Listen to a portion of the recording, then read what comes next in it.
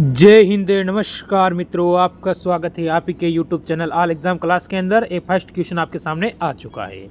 ठीक है, एक बार अगर फौज की तैयारी करने वाले सबसे पहले क्या लिखेंगे, सभी को पता है क्या लिखेंगे, जय हिंद लिखेंगे, क्योंकि फौजी को जय हिंद से ही जोश आता है।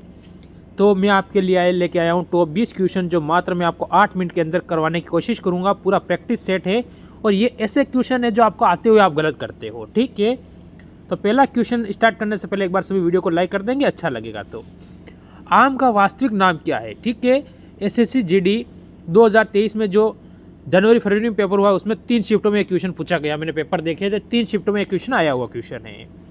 तो आपका उत्तर यहाँ से क्या हो जाएगा? तो यहाँ से आपका हो जाएगा मेंजरीफेरा इंडिका। ठीक है, फिर अगला क्वेश्चन देखो आप लोग। क्वेश्चन नंबर 2 अगर हम देखते हैं, भारतीय संविधान को अपनाया गया था। तो भारतीय संविधान को किसके द्वारा अपनाया गया था? तो आप कहोगे संविधान सभा द्वारा। संविधान सभा द्वारा ऑप्शन नंबर अपना यहाँ से ए वाला, इसमें आप बिल्कुल सही और सटीक उत्तर करोगे। ठीक, जैसे मैं अगला क्वेश्चन लेके आता हूँ आपके सामने। क्या कह रहा है क्वेश्चन देखिए, भारत की निम्न में से कौन सी नदी डेल्टा नहीं बनाती है?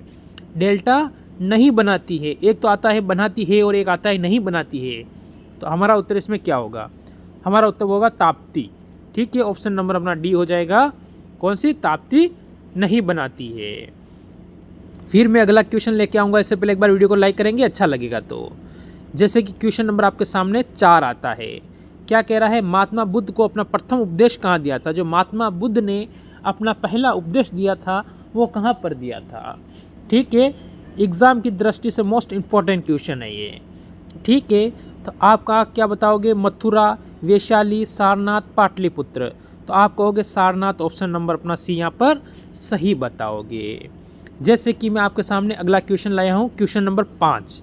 संविधान में मान्यता प्राप्त भाषाओं की संख्या कितनी है? ठीक है, ये भी मोस्ट इम्पोर्टेंट क्वेश्चन बनता है। तो आप क्या कहोगे कि संविधान में मान्यता के अनुसार भाषाओं की संख्या कितनी है? तो 22 भाषा है हमारे। कितनी है? 22 भाषा है। ऑप्शन नंबर अपना यहाँ से डी वाला हम बिल्कुल क्या करेंगे, सही और सटीक करेंगे। और लास्ट में कमेंट करना कि कितने क्वेश्चन आपके सही हुए हैं। 20 में से टारगेट रखना कि आप कम से कम 17 से सही कर सको, क्योंकि ये पेपर तक हम 20 में से 20 सही पूरे कर सकेंगे। फिर लाऊंगा मैं अगला क्वेश्चन। देखो क्वेश्चन नंबर ये भी मोस्ट इंपॉर्टेंट बनता है आपका। क्वेश्चन कह रहा है, भारतीय असंतोष का पिता किसके लिए कहा जाता है? किसके लिए कहा जाता है या फिर किसको कहा जाता है? देखो यहाँ पर थोड़ा टाइपिंग गलत है। पिता किसे कहा जाता है, किसके लिए नहीं होगा। ठीक है, यहाँ से ये शब्द हटा दो आप। अब आपका उत्तर होगा बाल गंगाधर तिलक को कहा जाता है। ऑप्शन नंबर सी आपका बिल्कुल सही हो जाएगा। ठीक है, ये आपको याद रखना है। जैसे कि अगला क्वेश्चन हमारा सामने आया है, क्वेश्चन नंबर 7, जो कि मोस्ट इम्पोर्टेंट होता है, क्योंकि सुभाष चंद्र बोस से क्वेश्चन बन रहा है इसलिए। देखो, सुभाष चंद्र बोस किस अधिवेशन में कांग्रेस के अध्यक्ष बने थे? ठीक है, किस अधिवेशन में? जैसे लाहौर, कोलकाता, हरिपुरा या नागपुर। तो आप कहोगे इसमें क्या अपना उत्तर दोगे? प्रैक्टिस सेट साथ में लगाते रहे, मैं रोजाना बोल रहा हूँ सिलेक्शन के लिए। सुबह 9 बजे आ जाए इस प्रैक्टिस सेट में और 9:08 से 10 मिनट वापस चले जाएं। मात्र 8 से 10 मिनट दीजिए और 20 क्वेश्चन पूरे क्लियर कीजिए। तो आप कहोगे क्या होगा इसमें? हरिपुरा। ठीक है, ऑप्शन नंबर अपना सी इसमें बिल्कुल सही होगा। फिर आएगा अगला क्वेश्चन। क्वेश्चन नंबर 8 आपके सामने आ चुका है। 23वें जैन तीर्थकार का नाम क्या है? मोस्ट इंपॉर्टेंट क्वेश्चन बनता है यहाँ से। कई शिफ्टों में पूछा गया, 23वें, 24वें, प्रथम। ठीक है, अब तो आप अपना उत्तर इसमें क्या दोगे?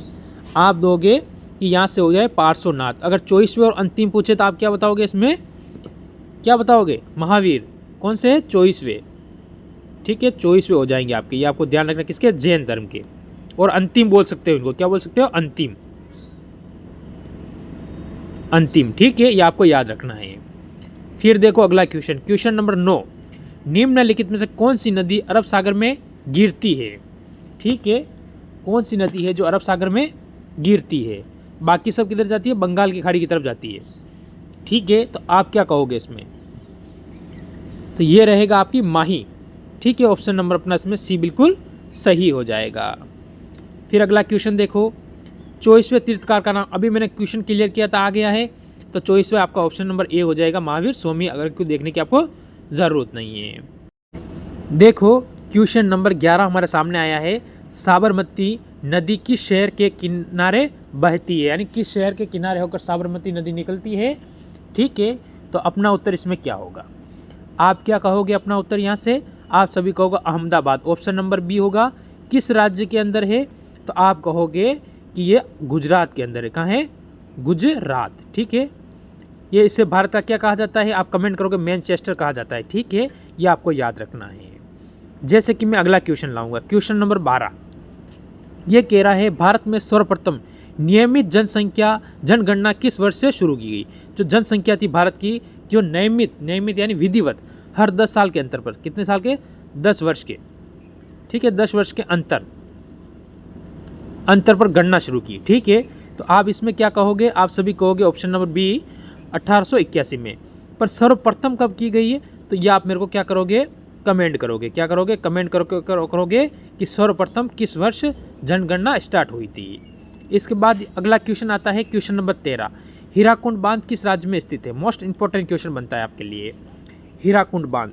तो आप क्या कहोगे, ये हो जाता है उड़ीसा के अंदर। ऑप्शन अपना यहाँ से ए बिल्कुल, इसमें आप क्या करोगे, सही और सटीक उत्तर कर दोगे। फिर लाता हूँ क्वेश्चन नंबर में 14, क्या कह रहा है, 11वीं अनुसूची में कितने विषयों का उल्लेख है।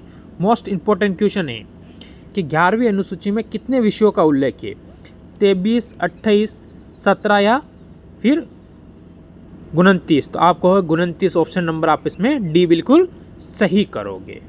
ठीक, फिर आता है अगला क्वेश्चन, क्वेश्चन नंबर 15, प्लासी के युद्ध में सिराजुद्दौला के साथ विश्वासघात करने वाला सेनापति कौन था। जब भी अगर कोई अपने भारत पर आक्रमण करता है और विश्वासघात करता है, तभी वहाँ से अपने पास अधिकार कोई कर पाता है, बाकी नहीं कर पाता है। ये बात आपको ध्यान रखना है। तो आप क्या कहोगे, मीर जाफ़र। अगर इसने उसके साथ धोखेबाजी नहीं की होती तो अंग्रेज़ प्लासी का युद्ध कभी नहीं जीत पाते और भारत पर ज़्यादातर अधिकार नहीं कर पाते। ठीक है, ये आपको याद रखना है। फिर अगला क्वेश्चन देखो आप, क्वेश्चन नंबर 16, संविधान में किसको हटाने हेतु महाभियोग की प्रक्रिया का उल्लेख है। महाभियोग किसके ऊपर लाया जा सकता है, तो आप कहोगे राष्ट्रपति के ऊपर। ठीक है, ऑप्शन नंबर आपका इसमें सी हो जाएगा, जब राष्ट्रपति को हटाना हो तो उसके ऊपर महाभियोग लगा सकते हैं। किस कहाँ पर लगता है, संविधान। ठीक है, फिर अगला क्वेश्चन देखो आप लोग, क्वेश्चन नंबर 17, मौर्य साम्राज्य की स्थापना किसने की थी। मोस्ट इंपॉर्टेंट क्वेश्चन बनता है। ठीक है, कि मौर्य साम्राज्य की स्थापना किसने की थी। ठीक है, तो आप कहोगे चंद्रगुप्त मौर्य ने की थी। चंद्रगुप्त मौर्य ने की थी किसकी, मौर्य साम्राज्य की स्थापना। देखिए क्वेश्चन नंबर 18, महाभियोग की प्रक्रिया किस सदन में आरंभ की जा सकती है। ठीक है, अगर भाई आपको पता है कि राष्ट्रपति के ऊपर अगर महाभियोग लगाना है तो कौन से सदन के अंदर लगाएंगे, लोकसभा और राज्यसभा दोनों में आरंभ की जा सकती है, यानी किसी भी सदन में, यानी ऑप्शन नंबर अपना यहाँ से सी बिल्कुल सही हो जाएगा। ठीक, फिर देखो आज का सेकंड लास्ट और 19वां क्वेश्चन, चंद्रगुप्त मौर्य के प्रधानमंत्री का नाम क्या था। मोस्ट इंपॉर्टेंट क्वेश्चन बनता है आपका। ठीक है, तो आप कहेगा चाणक्य। अब चाणक्य की जगह 2 नाम और लिखा आ सकता है, कोई लिखा आता है विष्णुगुप्त। ठीक है, विष्णु गुप्त भी आ सकता है और कौटिल्य भी आ सकता है, ये आपको ध्यान रखना। फिर आज का लास्ट और अंतिम क्वेश्चन जो कि इसी से संबंधित आया है, अर्थशास्त्र पुस्तक के लेखक का नाम क्या है। ठीक है, तो आप क्या कहोगे इसमें, चाणक्य। चाणक्य ही क्या है, अर्थशास्त्र पुस्तक के लेखक का नाम है। तो टॉप आज 20 क्वेश्चन लाया था जो कि आपको आते हुए भी आप क्या करते हो, गलत कर देते हो। ठीक है, तो कितने सही हुए ज़रूर मेरे को कमेंट करना, और अच्छी लगी हो तो लाइक करके ज़रूर जाना। सभी को मेरी तरफ से जय हिंद, जय भारत।